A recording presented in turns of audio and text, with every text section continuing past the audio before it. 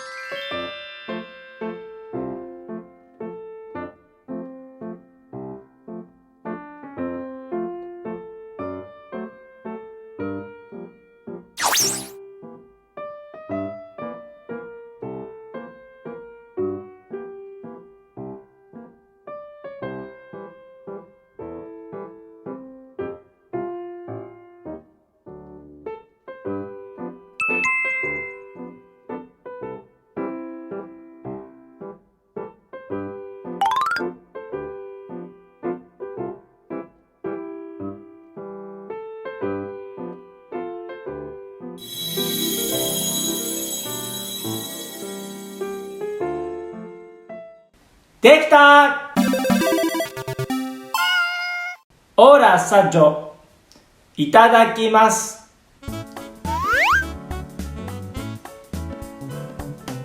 Sentirete il sapore ricco di cioccolato bianco e panna.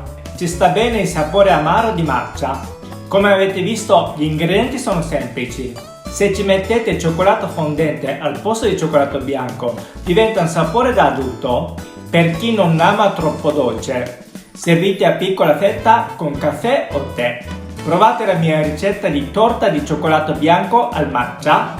Se vi è piaciuto questo video mettete mi piace e iscrivetevi per altre ricette. Ci vediamo alla prossima! Mattane!